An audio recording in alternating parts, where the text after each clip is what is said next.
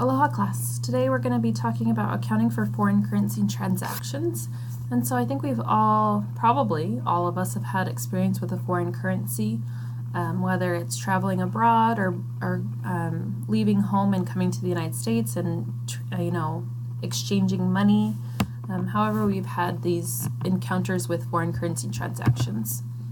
And so US-based businesses often buy and sell to international companies that use other currencies. So it's not uncommon anymore, since our world is so globalized, that we have a customer in a different country, whether it be, Mexico or Europe, China, all sorts of places, right? So we have this US-based company, and we have an outside seller or buyer that we're going to buy things from or sell things to.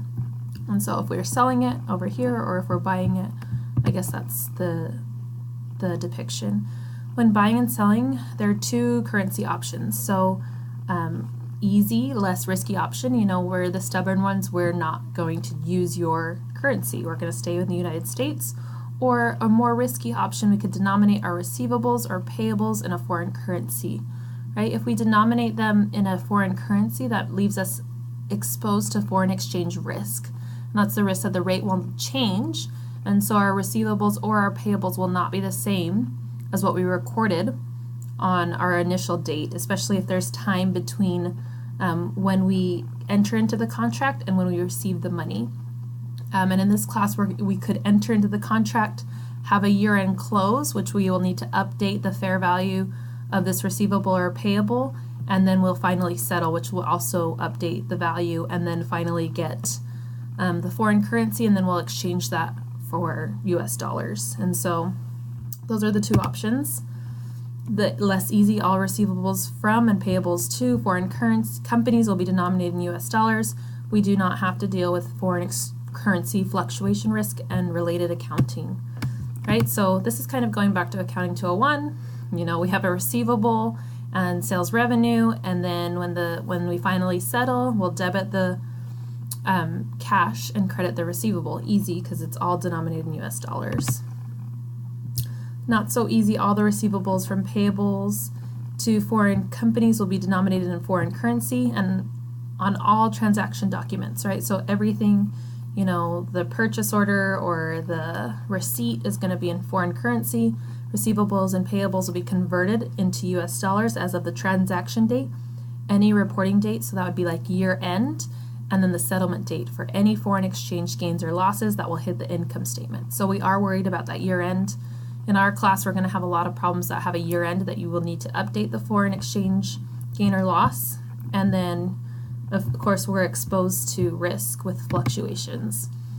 So here's an example. So US-based company on 12/18/X1 provides $100,000 worth of consulting, right? So this would be consulting revenue. The sales invoice is denominated in US dollars. Perform the US dollar-based accounting for US leaders in the following dates, using the following direct quote rates needed. So in your textbook, it talks about how a direct rate is one foreign currency unit, and I'll talk about how I remember that in class, but one foreign currency unit is the direct rate, one US dollar is the indirect rate. And so we do not need these rates if we're going to denominate it in US dollars, right? And so this is a revenue to us, and we're debiting an accounts receivable. They're not going to pay until later, right? So they're not going to pay until later. So debit accounts receivable, we're going to get it later. Credit the sales revenue. I would say this is consulting revenue, consulting service revenue. But you could just make sure that this is a revenue. I would think this is revenue. Credit the revenue. And then, do we need to have any adjusting updates at the end of the year at 12/31/X1? There's no foreign exchange gain or loss because you have not entered into a contract where you're exposed to foreign exchange risk. And then finally, our receivable goes down and we will debit the cash. And so we made the sale, and now we're receiving the cash. Easy, go back to Accounting 201. Now, we're going to have option 2 when we're going to denominate it in CNY, right? So the currency CNY. When we are converting our $100,000 worth of consulting services. So on our balance sheet, we will denominate it in US dollars because we're a US based company. But on everything else, it's going to say this amount of CNY. So this is the amount, this is our focus, and I'll highlight that. Oh, try to highlight that. Oh, maybe not. This is our focus, and then today we're going to convert it, and it will be 100,000 worth 100,000 US dollars, but probably at the reporting date that'll change, and at the settlement date that will change. So I have CNY, right? That's the amount it's denominated in a foreign currency. I'm going to use the direct rate and maybe just disregard the indirect rate because I want all the CNY to equal US dollars, right?